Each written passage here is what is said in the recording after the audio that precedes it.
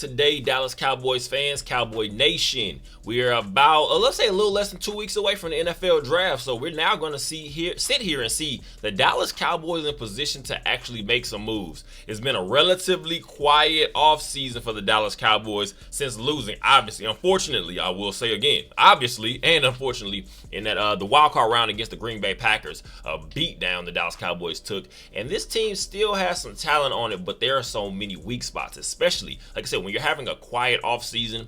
That also means a lot of times you're expecting and hoping to bring back some of your own guys. The Dallas Cowboys lost Tyron Smith to the New York Jets. We also lost Tyler Biadasz on this offensive line.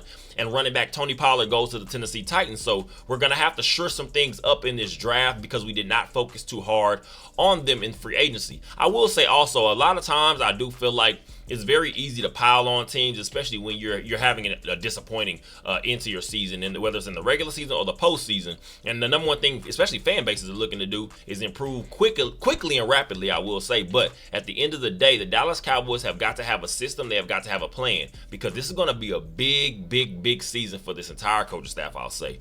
Obviously, the Dallas Cowboys brought in Mike Zimmer, former defensive coordinator of the Cowboys, also former head coach of the Minnesota Vikings, and then formerly before that, he's the defensive coordinator of the Cincinnati Bengals. So this is a guy who has lots of history in this league. He's coached lots of great players, and he's a hard-nosed guy. So the Dallas Cowboys are going to have to find some players that also match that same intensity, because at certain points, I will say myself, especially when we talk about the defensive side of the ball, there were lots of great things in the Dan Quinn era, whatever you can call it for Dan Quinn, his time here, spent here with the Dallas Cowboys as defensive coordinator. But there were so many times I felt personally, if we weren't getting out to those big leads, having those big splash plays on the defensive side of the ball early on in the game, sometimes teams could start to take, more of a physical approach to us. And sometimes we did not always step up to the plate. And to me, that's obviously the biggest thing that I saw from this game against the Green Bay Packers in the postseason. It was they started to be physical, and they started to, there were some of the injuries that started to pile up on the Cowboys, having to force guys to play certain positions they probably weren't really accustomed to, especially looking at a guy like Marquise Bell playing a lot more linebacker, or in quotation, whatever hybrid type linebacker is in a Dan Quinn type system, because we're starting to have some guys like a DeMarvion Overshown earlier in the season the Cowboys were really hoping to rely on a little bit. And then guys like Leighton Vander Esch, neck injuries, which now has forced him to unfortunately retire early on in his career. So I'm hoping everything works out for him in the long run, just the rest of his life. But the Dallas Cowboys are going to have to continue to improve. They did bring in former Minnesota Viking guy Eric Kendricks, linebacker. So this is a guy that Mike Zimmer has some history with, and this is a guy who plays with the Chargers last year. And again, he's not the same Eric Kendricks from when he was much younger, but we're talking about a guy that's still very capable, and he's a very, I guess you want to say, a professional type player. Look at, I guess you want to say, you liken him to maybe what we got from Anthony Barr. I still think he has a little bit more than Anthony Barr was really giving at that point, but the Dallas Cowboys have got to shore some things up.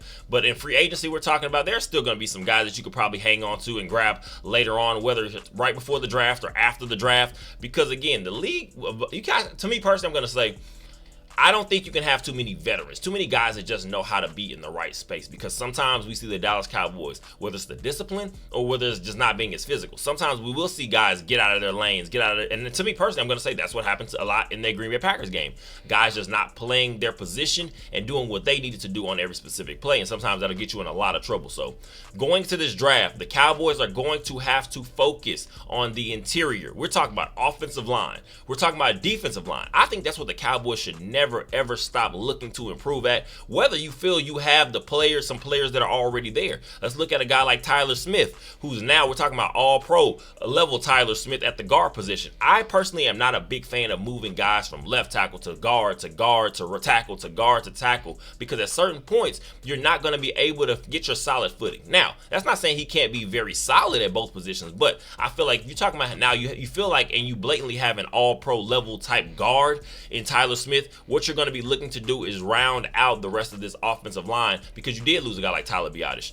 Zach Martin is a guy you're going to be looking at and saying, he is not who he formerly was, but at the same time, he's still very good. Whatever that means for Zach Martin, he is still talking about an all-pro and Pro Bowl level type guard. So but we're going to have to continue to get better in the trenches, and I feel like the draft is going to be the perfect place to do it.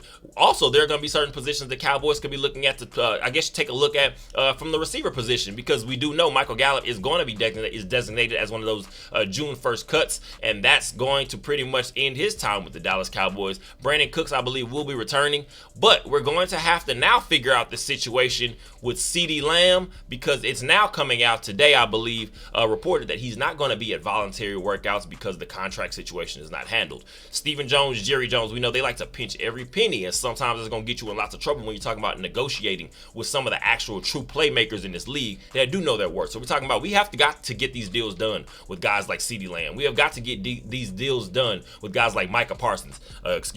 Obviously, the Dak Prescott contract situation, that's always going to be a topic, especially national media, local media, and just around the fan base in general. But what exactly are your plans for Dak Prescott going forward? Is he going to be looked at as the future quarterback of this team? Because if not, that to me is going to change a lot about what the Cowboys will probably do in this draft, because now you're looking to say, okay, you know what? We want to have a great season. We want to have a successful season. But if we're looking to potentially move forward with someone else in the long run, I'm not saying the Cowboys are, but again, just not having a deal done guaranteed with your starting quarterback, that is always going to leave lots of questions and opinions up in the air. So the Cowboys, we're going to have to figure this thing out. But like I said, going to this draft, there are lots of ways. I feel like the Cowboys could potentially also be talking about it's a 3-day draft. By day 2, could probably be looking to maybe shore up maybe some more receiver help, I will say. Now you feel like you really have a solid I guess you want to say starting point from the tight end position, when you're looking at a guy like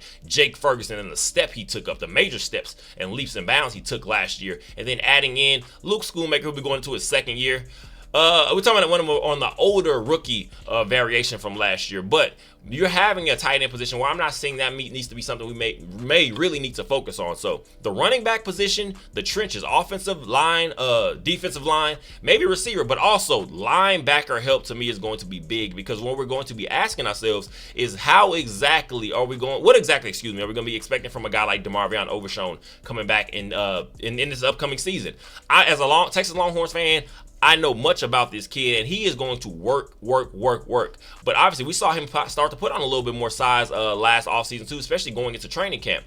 And obviously, a guy like that, he plays so much off athleticism. It's going to be very interesting to see what exactly he does and what exactly he can bring forward. But the Cowboys cannot be, I guess you want to say, go into this season just counting on that. So you're going to have to improve throughout this draft. And obviously, we do know that I guess you want to say the 30 visits that usually the guys will take. The NFL teams, will choose to take a look at some of these extra guys that maybe they could actually be looking to bring in if they're on the board still during the draft. And let's take a look at this draft. Let's take a look at some of these 30 visits that the Cowboys took a look at, I guess, because obviously I'm going to say, let's be clear. There is still so much up in the air. There are lots of ways this thing can go. And to me, that's probably the most exciting thing when it comes to football season. More so the football offseason. We're talking about the NFL draft and things like that. There are so many ways that the Dallas Cowboys can take this thing. But we'll see, because Mike McCarthy, this is going to be a very big year for him. Is he looking to beef up more on the offensive side? Is he looking to beef up, help out Mike Zimmer and the rest of that staff on the defensive side? There's a lot of different ways to look at this thing. So let's check it out. Some of these visits, I guess, some of these players, that the Dallas Cowboys look to bring in on that 30 visit. According to InsideTheStar.com, the full list of the Cowboys 30 visits right now, I believe, sitting at 26.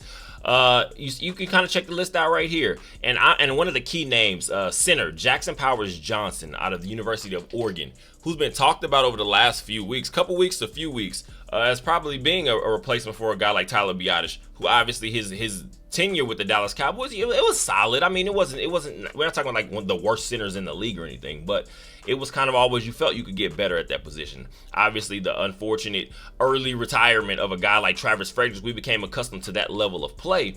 And Tyler Biadasz, he, again, a solid player, but he just never reached that level, obviously. So a guy like center Jackson Powers Johnson out of the University of Oregon been widely talked about as possibly being a replacement for the Dallas Cowboys to be looking in that direction. Like I said, running back Jonathan Brooks, Texas, I believe prior to his ACL injury, unfortunate ACL injury towards the end of the season. We're talking about a guy that was in top 2, top 3 running back looking form throughout the entire nation of the college football season last year. So that's going to guide possibly you can see the Cowboys taking a look at in the second round, because as long as that ACL is going to be able to heal properly, I feel like the Cowboys are in a great position to grab a player like that, and he can come in here and get his feet wet very early, because obviously Tony Pollard no longer being with the team, you're looking for a replacement. Running back Trey Benson out of Florida State, a guy I've talked about, nice, a powerful back. He has some athleticism, but we're talking about a guy, a power runner type runner. He's going to be able to be one of those early down backs. We're talking about first 2 downs, be able to get some things done, especially if we're looking to get a little bit tougher and more physical in our running game.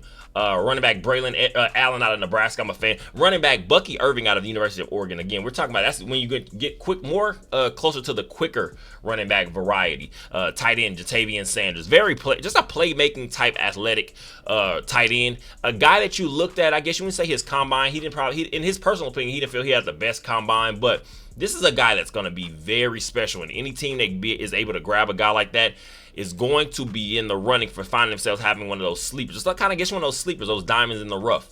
Byron Murphy, defensive tackle, Big 12 defensive tackle of the, one of those defensive player of the years in the Big 12 last year. A guy playing next to a guy like Tavondre Sweat, who ends up winning the best D lineman award, the Allen of the entire college football season. So we're talking about these were 2 guys playing next to each other, just physical presences. If you're talking about Byron Murphy, this is going to be a guy that you're going to see. I'm not calling him an Aaron Donald player, but I'm saying he is that kind of likeness. I mean, where I feel like he's going to be more versatile, where you're looking for a guy that could potentially pick up some solid sack numbers from the defensive tackle position. Byron Murphy could fit in right there. And we're talking about obviously Mike Zimmer. He's going to work these guys. He's going to push them. He's going to push them as hard as he can. So if you're a hard worker, which a guy like Byron Murphy is, you're going to fit right in. Like I said, Darius Robinson out of the University of Missouri.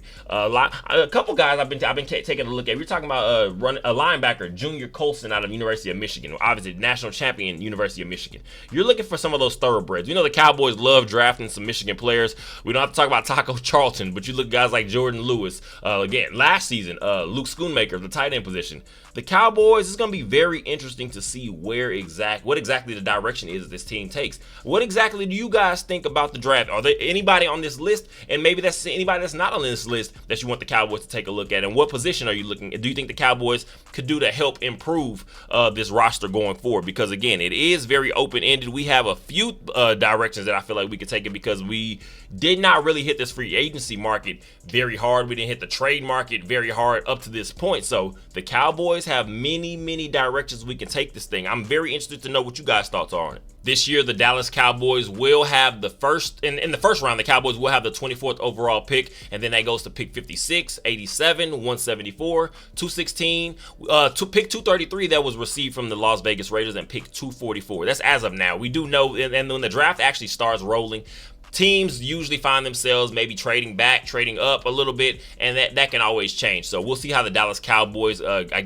approach the NFL draft once it actually kicks off. The NFL draft this year will be April 25th to April 27th. We do know it's a 3-day event. That first day is the first round. Second day is rounds 2 and 3. And after that, now your 4th, 5th, 6th, 7th, things like that. So the Cowboys, there's a lot for us as the Cowboys fan base. Although, again, very disappointing into the season, in the postseason especially. But the Dallas Cowboys, we're very tuned in. The Cowboy Nation, we know we get loud, we get rowdy. So that's, at the end of the day, it's always just a passion. So I appreciate you guys. I want to know you guys' opinions. Also, on Twitter, formerly known on X, formerly known as Twitter. Go there, I Talk Game 247. That is the @. Go ahead and follow that channel, that page, that account, and go ahead, throw you guys' opinions at me. Go ahead and I Talk Game 247. Let me know who you guys are looking for to the Dallas Cowboys focusing on in the NFL draft. Let me know, are there any directions you want the Cowboys to take overall? Just the approach. Look at the new scheme potentially that we're going to be running. What exactly you guys' thoughts? I want you to throw them all at me, and I will start adding them into these videos towards the end of the videos from now on going forward, because again, you guys' thoughts and your thought processes and your opinions are very important to this channel, important to me as a content creator. So I appreciate you guys as always. And once again, when we talk about just the Cowboys focusing on going forward, the number one thing you're going to have to do is be intentional. I want the Cowboys to take a look and the approach of this NFL draft. Go in, Pick the guys that you actually want. We're talking about the up in the airs. We already know every year the Cowboys, for some reason, the second round, that's usually where we kind of take one of those shots in the dark and see if maybe a guy that maybe it was some injury history or something of that sort could potentially find himself in the mix. Look at a Luke Schoonmaker last year, which a lot of people were kind of iffy about. But let me know what you guys think. The Dallas Cowboys going forward are going to have to be very direct, because now you're looking at some of these guys like a Micah Parsons. You're looking at a CeeDee Lamb. Again, these are contracts that have got to get done, because these are your future. These are playmakers overall throughout the entire NFL. But these are guys that are going to be very important to the Dallas Cowboys' future, especially if you're still trying to figure out what we're going to be doing at the quarterback position. So the Dallas Cowboys, the NFL draft is right around the corner. I appreciate you guys for all the support. And as always, enjoy the rest of your day.